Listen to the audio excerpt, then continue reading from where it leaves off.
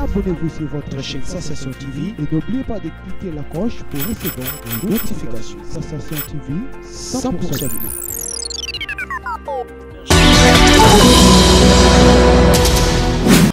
okota kabanda kwanganga osombaki chaînette okotinda kwanganga te même ko bayibi chaînette okotinda kwanganga oh so mo zo mi benga chrétien ba politicien bazo nyokola biso bango so ba chrétien mais nene nouveau mais bazo di mapena que population souffrir pour l'intérêt personnel là-bas à la partie politique na et ça en approche na si plein na moi si na donc batouane sur l'autre côté c'est ça les chrétiens mais pas des chrétiens nés de nouveau.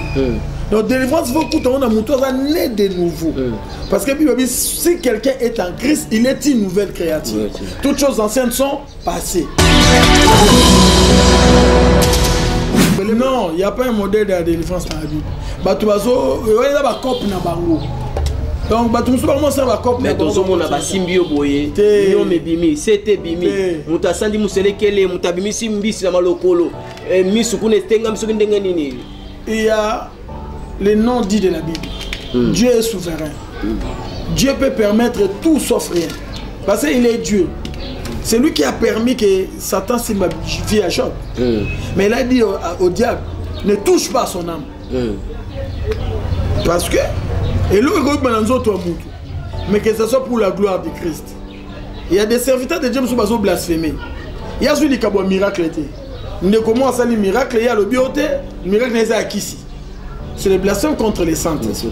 Mais il y a des gens aussi, autres qui ont un miracle, ba coopérer na mutu azarane aveugle té ba na lo ba jivensi ayebia oh makiona CD c'est pour toi bana mai msupe tozana ba ba lia ayebi na ta Jésus ayebi ke mamo na ba même chana ayebi yango bana mai ba yoka na pena ba zwi mutu mo azarane aveugle té makosi ya aveugle oh ko tu bena na lisanga au pasteur afungoli emisu mais ba biloko nyonso wana le salaire des péchés c'est la mort. Merci pour la balandi à YouTube, Sensation TV.cd. Bolanda biso bo s'abonner. Est-ce que vous aurez une émission, on a besoin d'informations sur l'actualité bien partout dans le monde. Est-ce que vous allez mbote na bino surtout na Sibijou et mbote pe na ndekona biso na Babia. Nzamba pambola bino pe na maman Thérèse. Est-ce que vous avez en Allemagne? Merci les autres toujours elongo na mosakolo na Nzambe, mosali ya Nzambe, le pasteur Agostino. Il y a armée de l'Éternel Kingabo limité. Le autre commandant sur la délivrance. La délivrance, ça va belé. Mais l'homme de Dieu est ambié pendant le verset sur la délivrance. Quoi sans plus tarder, image et attend. Tout n'a pas son beauté, papa. Beauté, papa. Tout le monde pour aimer qu'on est pour mon coralelo. Il y a émission, il y a humble serviteur. Tati Monkoti, Oazali, le monde de tous les journalistes les plus petits. Il y a des journalistes surtout. Et on espère qu'il y a une émission Bonzambe na politique. Mais l'autre, c'est sur la délivrance. Pasteur, délivrance. Qu'est-ce que la délivrance? Délivrance, c'est où tu vas? Non, la délivrance vient de Dieu. Vient de Dieu. La délivrance, c'est un résultat dans la vie d'une personne. Et la délivrance, c'est un processus. C'est un processus. Et s'il a raté, le rebond de la moutoise ou la délivrance, a joué délivrance à Bali. Et il faut le voir sur délivrance à Bali. Oh. Ceux qui ont beau, il faut que délivrance à Koli Sabana. Oh. Avec la délivrance à Tangi Sabana. Avec la délivrance Banabasi sa classe. Avec la délivrance Banabasi à Misala. Oh. Donc ça termine pas. Mais la Bible dit qu'il n'y a point de condamnation pour tous ceux qui sont en Jésus. Non. La Bible dit il faut qu'on comprenne le contexte. Parce que quand Dieu a commencé, au commencement, Dieu n'a pas commencé par la délivrance. Dieu a commencé par la bénédiction. Dieu a béni l'homme. Remplissez la terre, multipliez-vous, soyez féconds. Et quand l'homme a perdu la bénédiction, quand on les a chassés au jardin d'Éden, l'homme devrait chercher la délivrance. C'est pour cela, tant que papa a Noé, a bâti Noé. Mais il a péché. Il a transgressé la loi de Dieu. Maintenant, ton papa Noé, cet enfant sera appelé Noé. Celui-ci nous délivrera des travaux pénibles de nos mains et de la terre que Dieu a maudit. Parce que tout le monde a une délivrance, pas comme à restaurer, à restauration. Mais actuellement, toi, on a pas ça vraiment à délivrance. Toi, on a pas ça à restauration. Parce que le Seigneur nous a délivrés déjà à la croix. À la croix. Il nous a délivrés de la mort à la vie. À la vie, c'est ça. Peut-être on a des difficultés, mais on a pas ça à restauration. Nous avons restauré. Donc, délivrance, c'est un résultat. Par exemple, Israël, parce qu'il y a délivrance. Parce que tout ça, il y a délivrance. Il y a cause de la délivrance. Israël, cause de la papa na Abraham, a salaki la formule nzamba yebisa ki offrande ya malamu salaki mabe, nzamba lobi que postérité na yo ekende esclavagisme na pays étranger. C'est ça. Pendant 4 siècles. Il fallait que Israël soit en obonde là. Donc, ça fait 400 ans, j'ai entendu la souffrance de mon peuple, j'ai vu la souffrance que leur pousse leurs oppresseurs, je suis descendu pour les délivrer. Mais Nzamba m'a délivré. Dieu sauve. Dieu sauve. Dieu délivre à travers quelqu'un. Mais pasteur, tu vois déjà, je suis descendu, là, qui m'a l'air à peuple, je suis descendu pour les délivrer. A dit ça quoi, Moïse. Il a fait passer Moïse. C'était Moïse le canal par son serviteur, par son oint. Par celui que Dieu l'a appelé. Merci, pasteur. Où et à qui peut-on trouver la délivrance? Non, aujourd'hui, la délivrance, ça se trouve dans l'église corps du Christ. Pour les chrétiens nés de nouveau. Parce qu'il y a des chrétiens, mais il y a beaucoup de chrétiens, mais il y a ceux qui sont nés de nouveau, et il y a nés de nouveauté.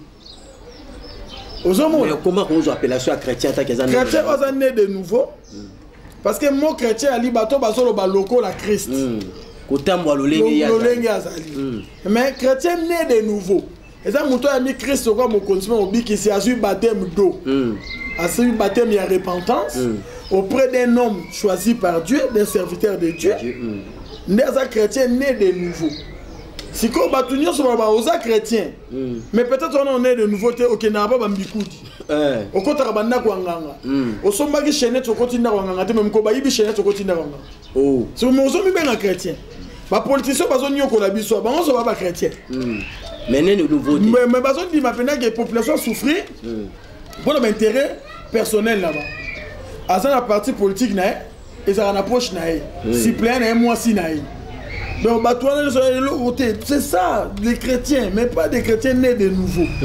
Donc, délivrance, on a né de nouveau. Parce que si quelqu'un est en Christ, il est une nouvelle créature.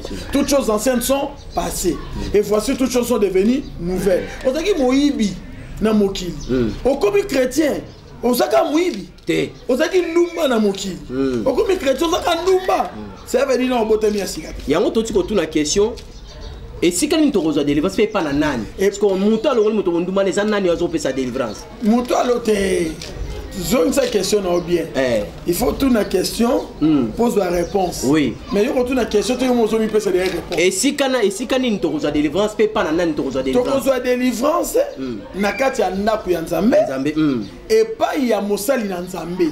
On Nzambe a poni. Oyo. Pour passer dans ce monsieur Bazali, azana lipa na mai na e. Ma ozora kombo Yesu azo sali. Mais ezana passer dans ce monsieur na lipa na mai na kombo e utie pa Yesu. Donc bazana carte d'immatriculation à l'ol. Baza enrôlé par Jésus-Christ. Les bangwana baza habilité au pesa de frère Nzamba pona ki Moïse. Bana ya kore ba telemela ki Moïse. Ba kufa ki le roi ba kufa te mabele fumwa memeli ba. C'est ça. Parce que Moïse était un oint de Dieu. Moussala tosala moussala ya pasi. Non c'est pélaté pour moutazu délivrance. Mais non c'est pélaté pour moutazu bokondialiko. Merci pasteur. Ozo c'est pélaté qui moutazu bokondialiko. Délivrance. Quel est le plan de Dieu dans la délivrance? Plan de délivrance à Mout. Plan de Dieu que l'homme soit indépendant. Que l'homme soit libre. La Bible dit c'est pour la liberté que le Seigneur nous a affranchis. Vous connaîtrez la vérité et la vérité vous affranchira. Et si le Fils de l'homme vous affranchit, vous serez réellement libre. Le plan de Dieu que l'homme dépend que de Dieu. Et moi le Bible maudit soit celui qui se confie à l'homme. Béni soit celui qui se confie à l'Éternel. Le plan de Dieu est monté dans l'indépendant auprès des créatures. Donc, Mouta dépend de un seul créateur. C'est ça le plan de Dieu. Donc, tous à la libre, le premier Adam échoué, qui second Adam c'est Jésus, aye ko racheter biso, aye ko sauver biso. Mais les gens na batu muso on a katia famille, mais famille kanga libala na. Et kanga musa yo mo bozo confesser. Famille so ba la rater. On malade na biso a famille. Tension à famille, estomac, famille so so ke poto faut pas refouler. Famille na biso so roboti mo al so faut akufa. So ça l'examen d'état, il faut année al boso échoué. Mais Bible dit maintenant donc il n'y a aucune condamnation pour tous ceux qui sont en Jésus-Christ. Être en Jésus-Christ, c'est être né de nouveau. Avoir le Saint-Esprit en toi.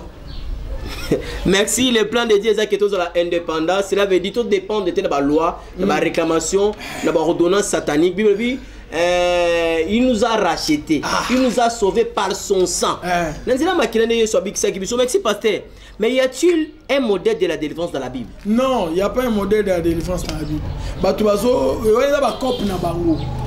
Donc, bah, tout ça, ça va comme. Mais tout le monde a simbio boye. Yo me bimi, c'était bimi. Mutasandi muselekele, mutabimi simbi na malokolo. Misukune stenga misukune nini. Il y a le nom dit de la Bible. Dieu est souverain. Dieu peut permettre tout sauf rien. Parce qu'il est Dieu. C'est lui qui a permis que Satan s'immagine à Job. Mais il a dit au diable, ne touche pas son âme. Parce que et l'eau mais que ce soit pour la gloire de Christ. Il y a des serviteurs de Dieu qui sont blasphémés. Il y a celui qui a un miracle. Il ne commence à faire miracle, il y a le bioté, le miracle n'est pas ici. C'est le blasphème contre les saints. Mais il y a des gens aussi. Autres gens qui ont un miracle, ils coopérer dans le aveugle. Oh. Makiona CD c'est pour toi. Bana mai msupe to sana ba balia. Ayebi na Jésus. Ayebi ke mamu ba même chana ayebi yango. Bana mai ba yoka na pena ba zu mutu mo za na avec le thème makosi ga za aveugle. Oh. Koti bena na lisanga au pasteur afungoli emisu. Mais babiloko nyonso wana le salaire des péchés c'est la mort. Donc cela veut dire na moment où tozoloba nzamba tambola likolo mai. A permettre pe Pierre atambola likolo mai. Mais la différence, Pierre a combien de choses là? N'a lobby na kolo Seigneur, sauve-moi. Ne kolo cheliboko abeni. Mukolo babomi Pierre.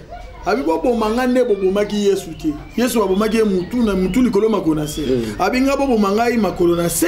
Mutu na se makolo likolo. Vous comprenez? Parce que tu comprends na Yesu te. Mais les gens de l'église mususu batu ba comme on fait sa gloire il y a pasteur qui a Yesu. Moutazote a Yesu te mazomite a yemo yango Bible apporte pas zoba. Si notre évangile est voilé, c'est encore voilé pour les incrédules, pour les gens qui périssent, où le Dieu de ces siècles a aveuglé leur intelligence. Mais pasteur tozomona ba modèle la délivrance va trouver azobika bazo témoigner. Bakangi au jeune à 3 jours singana ki ya loketo, ba pesi yo mungo ba pakolo huile d'olive. Basali ni kende par-ci par-là bato azobika pasteur. Si yo susu na mutabika to muta azwa guérison to muta za sauver là tout no bongolo. O histoire à Lazare. Lazare na histoire à Lazare. Na c'est ça Lazare. Yemo yeme yes. Si yo comme manga na parler ba Lazare to kuta Lazare. Azar esute? Azar. Ababi Lazare adaya déjà. Mais si adaya. Donc ça veut dire biso soto okufa. Muta otika l'éternel Lazare. Mais ce qui est important mourir avec Dieu.